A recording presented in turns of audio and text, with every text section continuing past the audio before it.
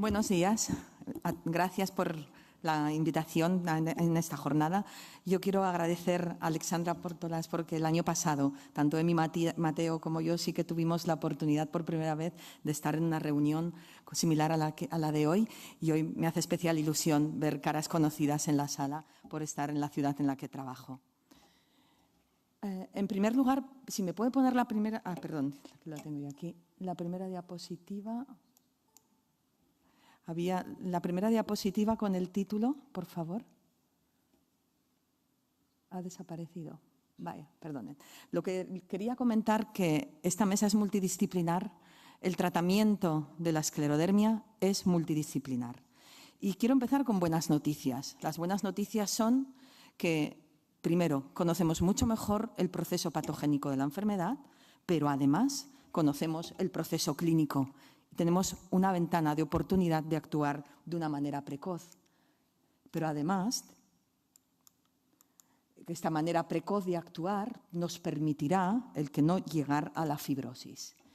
Segunda buena noticia, tenemos identificadas dianas terapéuticas, muchas, y tenemos moléculas sobre las que se puede actuar. Por lo tanto, la medicina de precisión está ya próxima. Medicina de precisión o terapia dirigida. Y la frase del doctor Bywaters que decía que ningún fármaco debe considerarse ineficaz si antes no se ha probado en la esclerodermia forma parte de la historia. Ahora la esclerodermia tiene unos ensayos con fármacos que van dirigidos a moléculas que sabemos que están alteradas. Otra buena noticia, la esclerodermia, la gran olvidada. Desde el año 2009 tenemos unas recomendaciones hechas por el grupo EULAR. Además, estas recomendaciones se han actualizado muy recientemente. Y pasemos ya al enfoque práctico. Les quiero decir que en los fármacos incidiré, pero no excesivamente. Y el enfoque práctico, les voy a hablar de cómo actuamos delante de un enfermo con esclerodermia en la unidad del Hospital Vallebrón, el doctor Guillén, el doctor Fonollosa y yo. Importantísimo saber en qué subtipo clínico cutáneo está la enferma, si es una difusa o es una limitada, qué anticuerpos tiene, qué estadio de la enfermedad y qué tipo y gravedad de afección orgánica. Porque de momento la terapia dirigida que he comentado antes como algo más venidero en el futuro, hacemos terapia dirigida pero a las manifestaciones clínicas que tiene la enferma. Y hablaré, o el enfermo, hablaré sobre todo de las manifestaciones clínicas más frecuentes y que tienen más implicación en el pronóstico, empezando, por supuesto, por la esclerosis cutánea. Pero también les quiero decir que primero, en estas manifestaciones sobre las que se han realizado también recomendaciones, estas seis manifestaciones, pues como verán, si contamos y como lo vemos, ¿no?, gráficamente, la terapia vascular gana a la terapia inmunosupresora. Hay mucha más evidencia en los tratamientos para las manifestaciones vasculares que para las manifestaciones que se necesitan tratamiento inmunosupresor. Y vamos a empezar por las dos manifestaciones en las que se necesita tratamiento inmunosupresor. La esclerosis cutánea. La esclerosis cutánea o las manifestaciones cutáneas que ha hablado el doctor Fonollosa también tienen que tener unos cuidados ustedes personales, de medidas generales, de no utilizar detergentes, de utilizar jabones suaves, de hidratarse, utilizar compuestos con vitamina E como antioxidante, factor de alta protección por la hiperpigmentación, porque se van a poner más morenas, no porque perjudique la evolución de la enfermedad.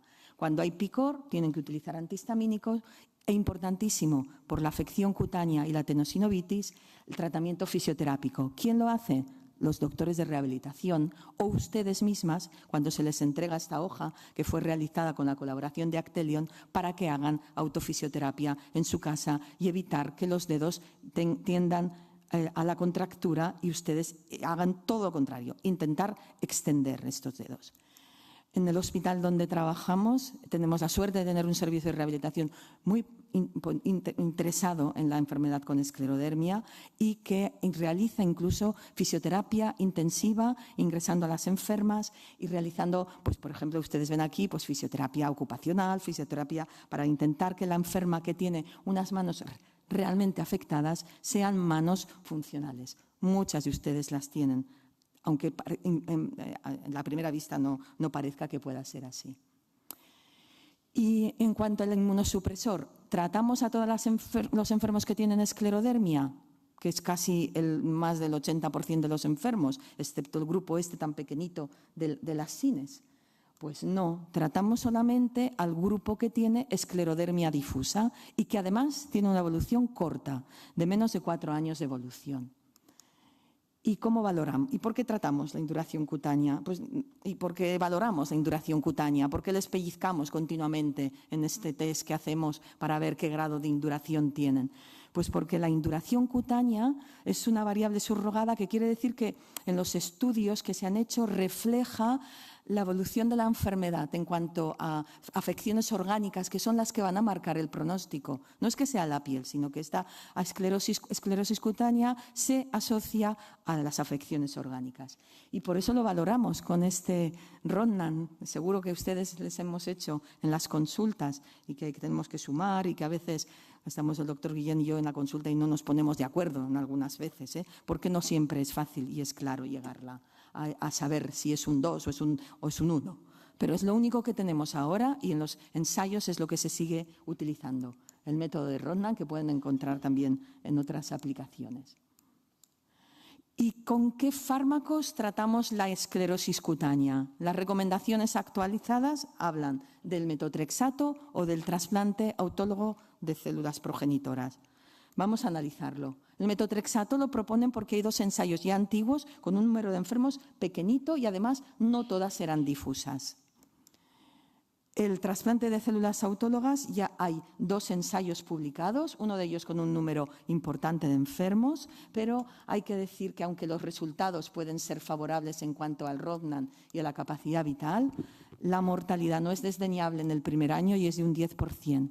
Y las recomendaciones para enviar a los enfermos a este tipo de tratamiento son un poco confusas, porque son enfermos que tengan una esclerodermia de menos de 4 años, con moderada afección visceral, pero enfermedad agresiva y refractaria. Un poco difícil decidirlo. Nosotros solamente tenemos experiencia con una enferma que era una enferma que empezó la esclerodermia en la época infantil y se trasplantó a los 12 años. El efecto del trasplante a nivel pulmonar duró 2 años. Micofenolato. El micofenolato es un fármaco que se ha utilizado en otras autoinmunes y que a nosotros nos sedujo mucho los resultados de un trabajo realizado en un grupo de Londres muy potente, en el que veían que sus enfermos que habían tratado con micofenolato tenían menos fibrosis pulmonar y mejor supervivencia. Por eso, como verán ustedes, después lo utilizamos en nuestra práctica clínica. ¿Qué otras terapias hay? Pues también tenemos las terapias más específicas, ¿no? Lo que llaman terapia biológica, el rituximab. Los reumatólogos están muy acostumbrados a utilizarlo en la artritis reumatoide. Todavía no tenemos resultados de ensayos randomizados. Todavía cuando ponemos el rituximab les pedimos a ustedes que nos firmen como que saben de qué se trata el fármaco y que aceptan el que nosotros se lo pongamos. Pero seguramente en los próximos años tendremos resultados más robustos gracias a los ensayos. ¿Cuál es el enfoque práctico que hacemos en nuestra unidad? Pues tratar a las difusas con menos de 3 años de evolución, micofenolato sódico, y si tienen afección articular y no hay riesgo de enfermedad pulmonar intersticial, que son los que no tienen topoisomerasa 1, podemos tratarlo, o lo tratamos con metotrexato, si no va bien con rituximab. Y también les insistimos mucho que tienen que renovarse el carnet de vacunaciones, que tienen que vacunarse para evitar que se reactiven infecciones que ustedes pueden tener y haber pasado y que en el momento que se inmunodeprimen pueden reactivarse. Pasemos a la otra entidad que también se trata con inmunosupresores, es la enfermedad pulmonar intersticial. Pero si les hacen un TAC, la mayoría de las personas, estos TAC de alta resolución, encontramos que tienen un poquito de fibrosis. Y, por supuesto, no a todos los enfermos con fibrosis pulmonar detectado por el TAC se les trata. Se trata solamente a los que cumplen criterios de enfermedad extensa y esto se define con los hallazgos del TAC y con las pruebas funcionales respiratorias. Y el objetivo del tratamiento, que ustedes muchas veces lo preguntan en las consultas, es con la espirometría ver que la capacidad vital forzada no baje más de un 10% respecto a la previa. De nuevo, ¿qué recomendaciones se han hecho? Se ha hecho sigue haciéndose únicamente la recomendación de utilizar ciclofosfamida. Y se recomienda la ciclofosfamida porque en el 2006 se publicaron 2 trabajos, uno se utilizaba ciclo oral y en el otro ciclo endovenosa. Pero la diferencia entre el grupo tratado y el no tratado en cuanto a la capacidad vital forzada era muy poco importante. 2006. Nosotros no nos esperamos al 2006 a tratar enfermos con esclerodermia y EPI. Los tratamos desde el año 2000. Y el análisis que hicimos de las primeras 16 enfermas tratadas con ciclofosfamida endovenosa durante 2 años fueron buenos, porque realmente 2/3 partes tenían una mejoría o se estabilizaban de FVC, que es el objetivo terapéutico. Lo que ocurría que al quitarlo, pues a los meses, ¿no?, volvían a caer esta prueba de soplar, volvía a empeorar y necesitábamos otros inmunosupresores y no acumular la ciclofosfamida para evitar efectos adversos. En su momento utilizamos azathioprina, pero desde el 2007 empezamos a utilizar el micofenolato porque había muchos estudios en los que se veía que también funcionaba para el pulmón. Y los primeros 14 enfermos que tratamos con micofenolato sódico, pues hicimos un análisis y vimos que realmente el 80% de ellos tenían una mejoría o estabilidad en sus pruebas de soplar o pruebas funcionales. Y lo más importante que se ha publicado ahora recientemente, en que se han comparado si es mejor dar ciclofosfamida o dar micofenolato, se ha visto que el efecto a nivel funcional respiratorio de estos 2 fármacos es el mismo y que el micofenolato se tolera mucho mejor y hay un abandono mucho menor. Por lo tanto, no me equivoco diciendo que es el fármaco de elección para la afección pulmonar asociada a la esclerodermia, el micofenolato.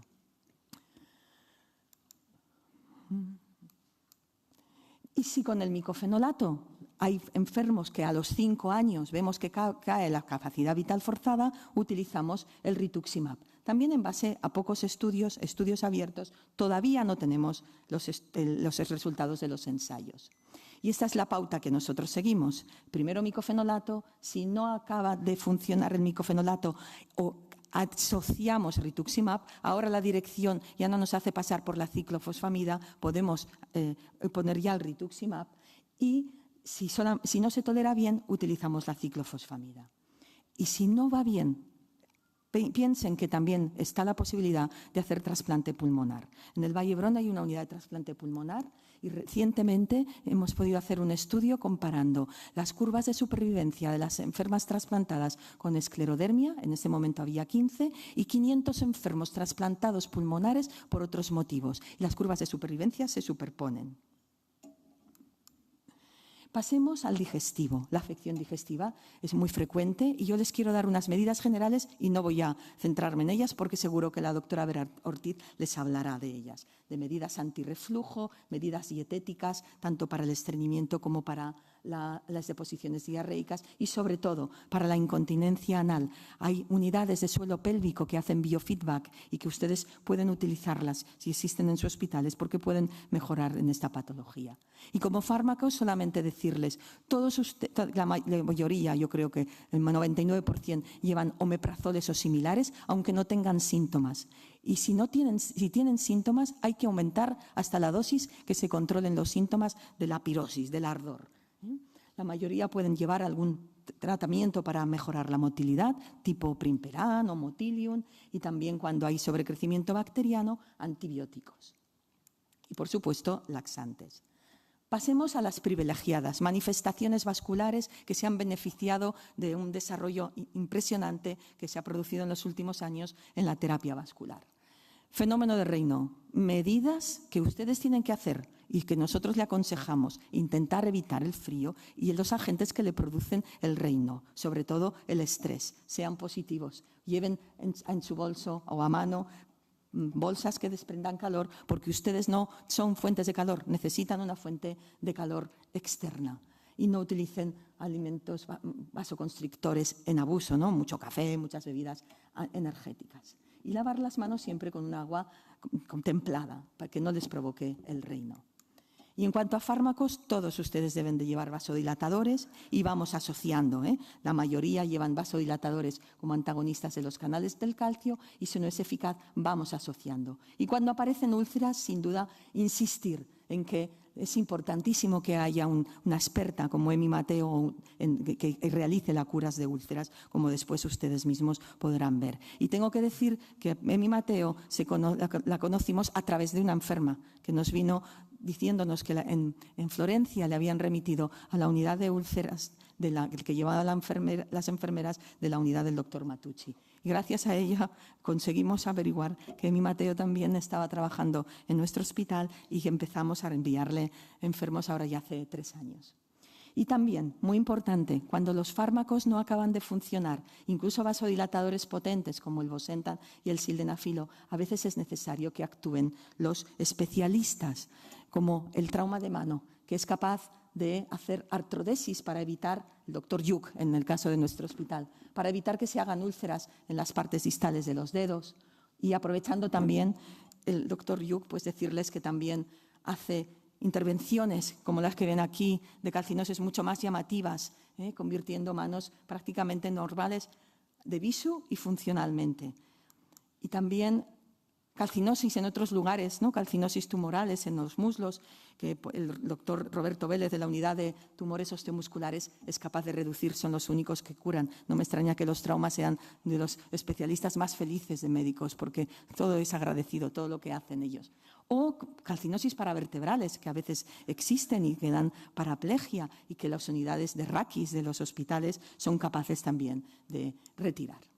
En cuanto a la afección de la hipertensión arterial pulmonar, el tratamiento está totalmente establecido, totalmente, tanto por las recomendaciones del EULAR como por las guías de hipertensión arterial pulmonar. Los enfermos que tienen hipertensión arterial pulmonar tienen que llevar el mismo tratamiento que llevan otros enfermos con hipertensión arterial pulmonar de otros orígenes o la hipertensión arterial pulmonar idiopática. Pero importante, hay que remitir a la unidad de expertos.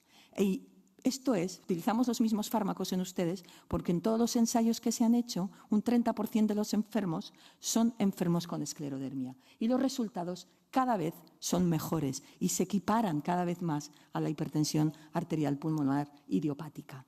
Pero solamente conseguiremos conseguir con estos buenos resultados si hacemos una detección precoz, ecocardidoppler y PCRs anuales.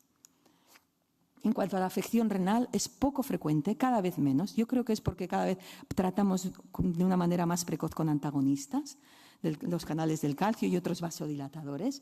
Y es muy importante para ustedes conocer que tienen que controlarse la tensión arterial, sobre todo el subtipo de difusas, y que a la mínima nos consulten para empezar el tratamiento. Y como buena noticia, sepan que aunque los enfermos que tienen crisis renal, algunos pasan a diálisis, otros después de 2 años de diálisis consiguen salir del programa de diálisis. Y también decirles que el trasplante renal se puede realizar en enfermos con esclerodermia que han sufrido crisis renal. Unas recomendaciones generales. Quizá decir que es una enfermedad crónica de momento, pero que no es intratable. No es intratable. Y que sepan que interesa a los científicos, no solo a los médicos asistenciales, interesa y que cada vez más. Que consulten al médico todas sus dudas y que también sigan las recomendaciones de la enfermería. Que no se informen a través de Internet, a no ser que sean páginas serias como las que les pongo aquí. Que intenten realizar una vida activa, que intenten continuar con sus actividades habituales y adaptarse a las limitaciones, como hizo Paul Klee. Paul Klee, a los 3 años de diagnosticarse de esclerodermia, cambió la técnica, utilizaba pinceles más largos e hizo más de 1000 obras.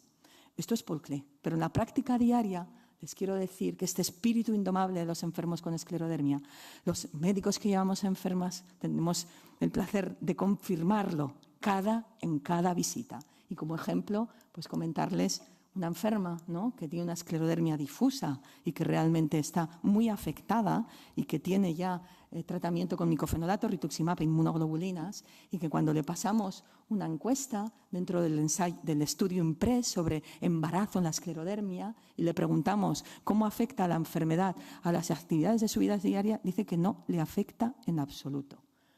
Estos son ustedes y esto es lo que es más importante en la enfermedad porque les permite que la progresión sea diferente.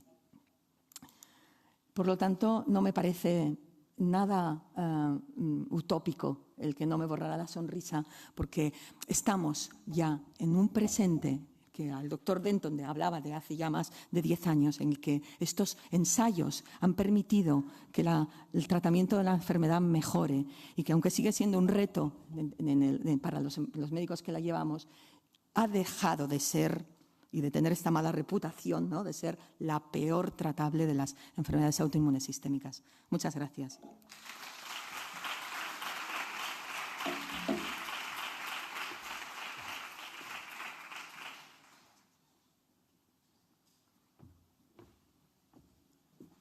Hola, buenos días a todos. Pues agradecer vuestra paciencia y todo vuestro interés y atención, porque ya llevamos muchas presentaciones.